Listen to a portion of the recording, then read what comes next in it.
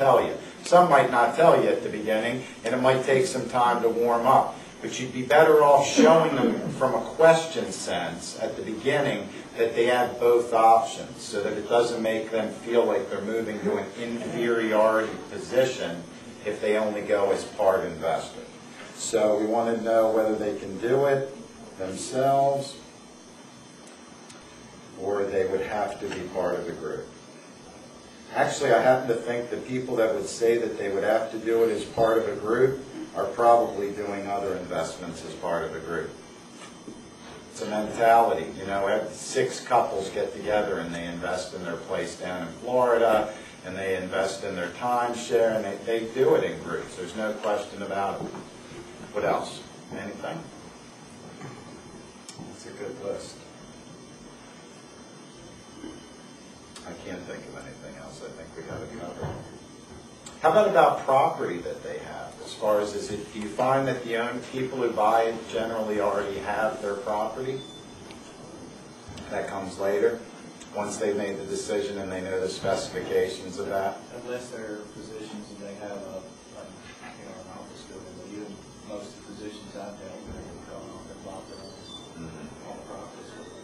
Do you discuss the specifications of the building? At what point do you discuss that with an investor at this point? First face to face. Right away? Right away. First face to face. Okay. Because they want to know that. Okay. How much square footage do I need? Okay. So I would say we could ask a question about property, and I would think that's a buying question, you know, and I would respond rather than bring it up. That's what I would do. Yeah. But they're going to ask every year. Yeah. They're going to ask in that first meeting. They're asking, again, it's a serious buying question. But if you tell them, you don't learn it. Yeah, no, you didn't phrase it like that. If they ask you, you bring it up. Right, but is there a question we could ask them at the beginning that would give us that answer and give them the Well, you answer? can ask them if they have a location that they're considering. Yeah.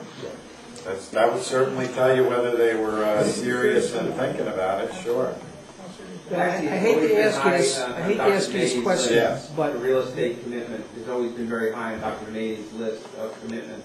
Once they bought If they're not committed on real estate, then how are they going to? Absolutely. It's a big thing. Once the prospect has opened up to you that says, yeah, you know, I have a location that I'm considering this, putting an MRI system, this type of technology, and he says, I have a location, then immediately you want to get site planning involved to do a layout to take it to the next level. That, oh, here's a picture of your 2,400 square feet laid out, you know, so you can stand it here and you evaluate it, and it helps push the sales cycle to the next And level. these will be the commitments I want to add in to speed up, where we're going to give them a schedule of how we'd like them to progress with us, the investor, and that would be one for sure to have in there.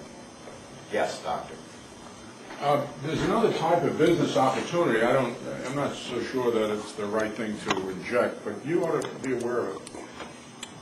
I talked to builders, and builders have brought this to my attention. I never knew it before. But if you're a builder and you build a building from scratch, you can fold in, I was told, and I heard it from a number of sources, you can fold in the equipment as part of the financing of the building development, which means that the equipment is really just like buying sheetrock, and you then end up paying for the equipment over 30 years or 20 years, whatever the financer does, instead of having to pay a lease out over 3 years. So instead of $30,000 a month, you're paying $5,000 to $8,000 a month for the equipment. So that's another consideration. Well, are you working a deal like that now? I've got a contractor who's built a building, and then I've got a radiologist who's already purchased one from us.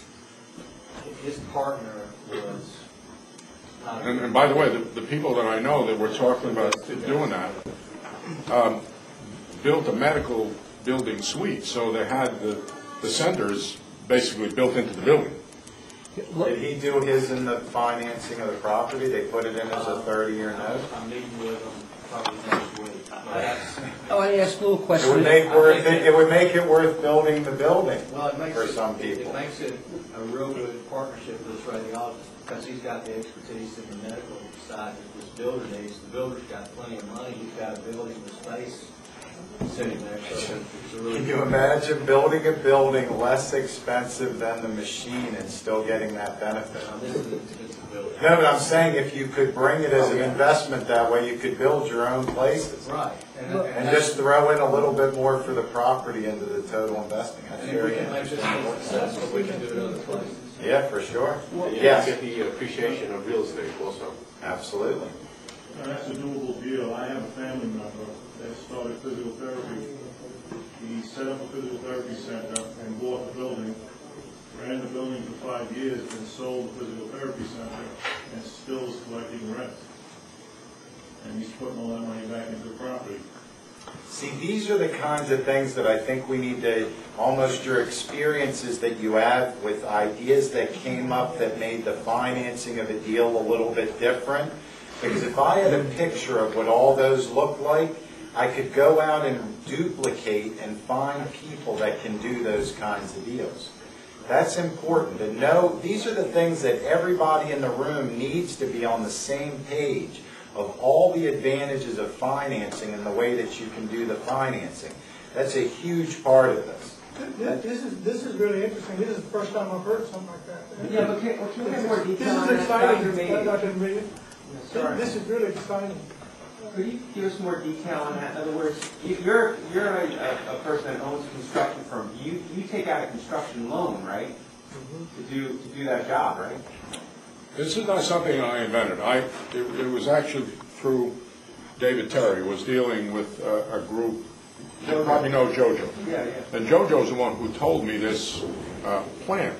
And I don't know if you've seen any of the buildings that he's done, but he puts in multi-story buildings and with offices in them. And he'll build 5, I think in one building it was a 10-story building. I mean, it's a big operation, so she does. And his present plan now is to build these buildings and outfit them with doctors' offices. Right. So that the doctors are also in the building. So he gets the appreciation on the building. Right. And anybody who's savvy on real estate realizes that you put a pile of capital in and you don't see the benefit of that capital maybe for 5 years. But in the interim, if you have an income producer on the property, that's offsetting what your capital expenses are in building the building. But in addition, he told me that under those circumstances, when he builds the building, that the equipment becomes part of the building improvement, and he just pays it off as part of the mortgage on the property. That's an amazing. Over 20 years or 30 years. I haven't verified that, but it sounded like it would work. Building a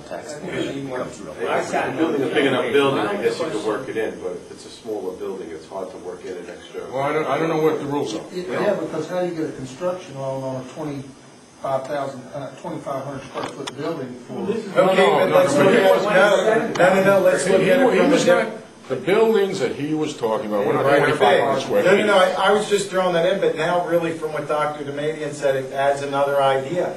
Builders are a prime investor. No, they aren't. Because now he can set something up. You can find somebody who wants to get into the deal, which I've heard a lot of people say, if I just had a way to get the funding for the deal, I could get a lot of people in. You now go to the builder who's building, he adds it in, he gets himself a 30-year note. And it, like you said, it brings the payment from 30 to 5. He's going to make money on that every month with the deal that he would make with the radiologist, and having that reduce in need at the beginning specifically is... well, not only that, he's got an income generator. Right, from the location to pay for the mortgage on the property, besides all the lease. I guess the only question is, who owns the asset? Who owns the builder in that case? Yeah, that's my point. I mean, in other words, if you're... Because I sat in one of JoJo's meetings, and he had about 10 doctors around. And the question was, does he own the equipment as JoJo's, overall umbrella, or do the doctors own the equipment? No, well, what he told me is the partnership. They get a partnership interest, he gets a partnership interest. Right. And in fact, I think that they also, I don't know how he worked it out with respect to Star Clause, but they were also participating in the income from the scanners as investors. Yeah, they have to become a group.